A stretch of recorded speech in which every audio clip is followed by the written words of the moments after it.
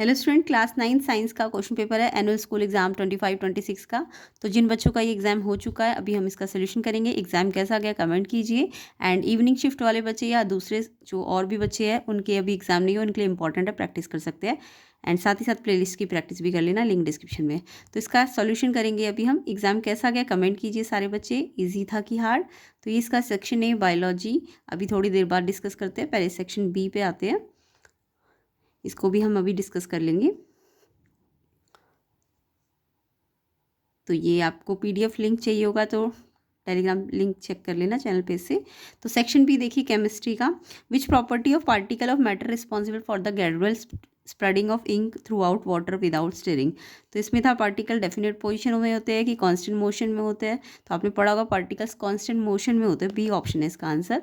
ठीक है, जिसके कारण वो स्प्रेड कर जाते हैं। ठीक है, जो इंक है वो स्प्रेड कर जाती है, किस रीज़न से? क्योंकि पार्टिकल कांस्टेंट मोशन में होते हैं, बी ऑप्शन है इसका आंसर। नेक्स्ट क्वेश्चन देखो, विच one of the following pair represent a true solution. कौन सा ट्रू सॉल्यूशन है इसमें से? तो ट्रू सॉल्यूशन जो मतलब जो होमोजीनियस हो, जो शुगर सॉल्यूशन हो गया, सॉल्ट सॉल्यूशन हो गया, ये डिजॉल्व हो जाता है ना एक दूसरे में, तो इसे ट्रू सॉल्यूशन बोलते हैं। सी ऑप्शन है इसका answer, sugar solution and salt solution. Next question देखो, which of the following is not as true postulate of Dalton atomic theory. तो डाल्टन एटॉमिक थ्योरी में जो नहीं है, नॉट वाला पूछा था, तो इसका आंसर है आपका atom of different atom can be created in reaction. Atom को हम क्रिएट कर सकते हैं रिएक्शन में, ये डाल्टन की थ्योरी का पॉइंट नहीं है, तो सी ऑप्शन इसका आंसर है। नेक्स्ट देखिए, नेक्स्ट एजर्शन रीजन है, एजर्शन है isobar have different atomic number. Isobar के डिफरेंट एटॉमिक नंबर होते हैं, तो आइसोबार आपने पढ़ा होगा, उनके डिफरेंट एटॉमिक, तो आइसोबार आपने पढ़ा है कि आइसोबार के मास नंबर तो सेम होते हैं बट एटॉमिक नंबर डिफरेंट होते हैं। यस ट्रू है ये रीज़न। आइसोबार के सेम नंबर ऑफ इलेक्ट्रॉन होते हैं, तो देखो एटॉमिक नंबर डिफरेंट है तो इलेक्ट्रॉन भी तो डिफरेंट होने चाहिए थे, तो यहाँ पे ये फॉल्स है आपका। तो एजर्शन ट्रू है बट रीज़न फॉल्स है। इट मीन्स आपका ऑप्शन कौन सा हो जाएगा? ऑप्शन सी इसका आंसर हो जाएगा। तो एक बार फिर से देख लीजिए केमिस्ट्री का सेक्शन बी के एमसीक्यूज क्वेश्चन। क्वेश्चन 15 का आंसर बी था, कांस्टेंट मोशन। 16 का आंसर सी है, शुगर सॉल्यूशन, सॉल्ट सॉल्यूशन।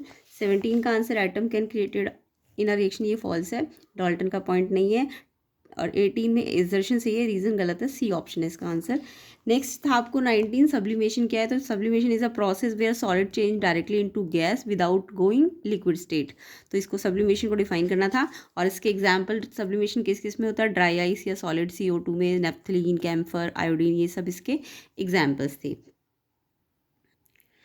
तो यहाँ पे हमारा सेक्शन केमिस्ट्री के ऑब्जेक्टिव क्वेश्चंस डिस्कस हो गए। अभी हम थोड़ी देर बाद नेक्स्ट वीडियो में इनके सारे क्वेश्चंस को डिटेल में सॉल्व करेंगे, तो आप नेक्स्ट पार्ट का ज़रूर वेट करना, लिंक डिस्क्रिप्शन में होगा।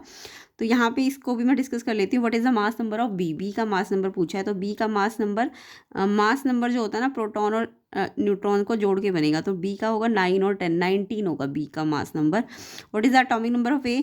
ए का एटॉमिक नंबर उसके प्रोटॉन से होता है 7 होगा।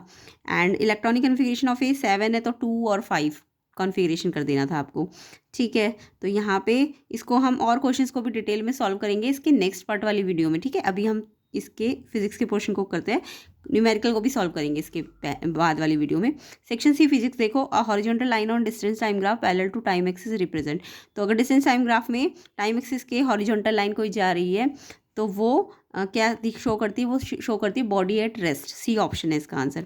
विच characteristic of sound allow distinguish a male voice from a female voice? तो ये पिच, इसका answer C option, B option pitch है इसका। तो डिटेल में अभी हम थोड़ी देर बात करेंगे, अभी मैं जल्दी जल्दी क्वेश्चन पेपर को डिस्कस कर रही हूँ। The tendency of an object to resist change in its state of motion. तो टेंडेंसी जो रजिस्ट करती है चेंज को, मोशन या रेस्ट को, तो उसको इनर्शिया कहते हैं, सी ऑप्शन है इसका answer. Audible range of sound for human ear कितनी होती है? ऑडिबल रेंज मैंने आपको समझा रखी थी, 20 से 20,000 हर्ट्ज, बी ऑप्शन है इसका answer. The mass of body double while it height is reduce to half, its potential energy क्या होगी? तो इसको आप ऐसे समझ सकते हो।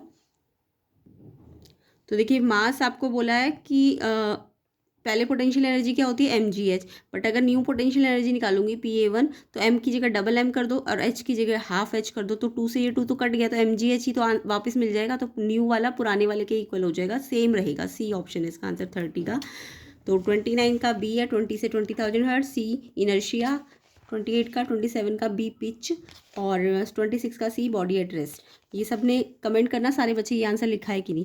उसके बाद आपको बोला था कि मास 10 है और यूनिफॉर्म वेलोसिटी है, तो एक्सेलरेशन क्या होगा। तो देखो यूनिफॉर्म वेलोसिटी जब भी बोले ना तो एक्सेलरेशन 0 होता है। यूनिफॉर्म मतलब वेलोसिटी में कोई चेंज ही नहीं हो रहा, तो एक्सेलरेशन 0 है, तो 0 है इसका आंसर बी। 32 का एजर्शन रीजन है, एजर्शन आपका ट्रू है बट रीजन फॉल्स है, तो यानी कि ये ऑप्शन सी हो जाएगा। और 33 में एजर्शन रीजन दोनों करेक्ट है, ऑप्शन ए है इसका आंसर, एक्सप्लेनेशन भी करेक्ट है। तो क्वेश्चन आप देख सकते हैं एंड डिटेल की सोल्यूशन की वीडियो अभी थोड़ी देर बाद आएगी, तो आप चेक कर लेना उसको वीडियो को। तो यहाँ पे एजर्शन ट्रू है, रीजन फॉल्स है। जी मास पे डिपेंड करता है, नो जी तो कांस्टेंट है, तो ये इनकरेक्ट है, तो ऑप्शन सी है इसका answer. Reverberation does not occur in an open field, yes true है। Sound open field does not get reflected back, इसलिए ये नहीं होता, तो ये रीजन एक्सप्लेन भी कर रहा है, तो ऑप्शन ए है इसका आंसर।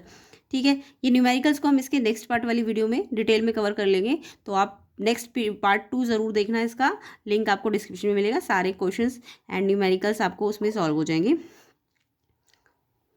एंड एग्ज़ाम कैसा गया कमेंट ज़रूर करना एंड वीडियो को शेयर कर देना, ज़्यादा से ज़्यादा लाइक भी कर देना एंड चैनल में नए हो तो चैनल को सब्सक्राइब भी करना। देखिए बायो का भी एक बार जल्दी से शॉर्ट क्वेश्चंस को डिस्कस कर लेते हैं। Presence of nucleoid and undefined nuclear region, इसमें होगा बैक्टीरियल सेल। नेक्स्ट क्वेश्चन है which meristem responsible for increase in girth, इसका आंसर है आपका लेटरल, सी ऑप्शन होना चाहिए।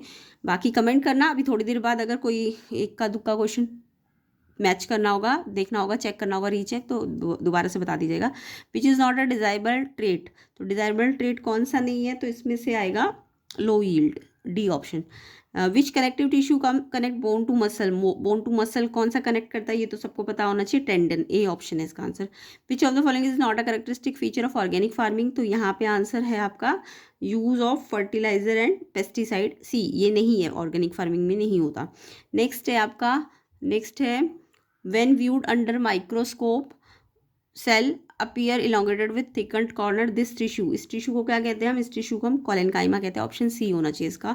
विच one of the following combination correct in context of composite fish culture, तो यहाँ पे आपका आंसर होगा D, common carp bottom feeder. ठीक है, उसके बाद एजर्शन रीजन है प्लांट सेल का large central vacuole store water nutrient and waste material, ये करेक्ट है आपका। रीजन है vacuole maintain turgidity that help in keeping the cell rigid, ये भी ट्रू है आपका, ऑप्शन ए है इसका आंसर, एक्सप्लेनेशन भी ट्रू है। उसके बाद इसके सब्जेक्टिव क्वेश्चंस है, तो इन्हें भी हम बाद में डिस्कस कर ही लेंगे। तो ये जितने भी केमिस्ट्री और फिजिक्स के न्यूमेरिकल्स है उसको डिटेल में आपको पार्ट 2 में मिलेगा, पूरा सोल्यूशन मिलेगा।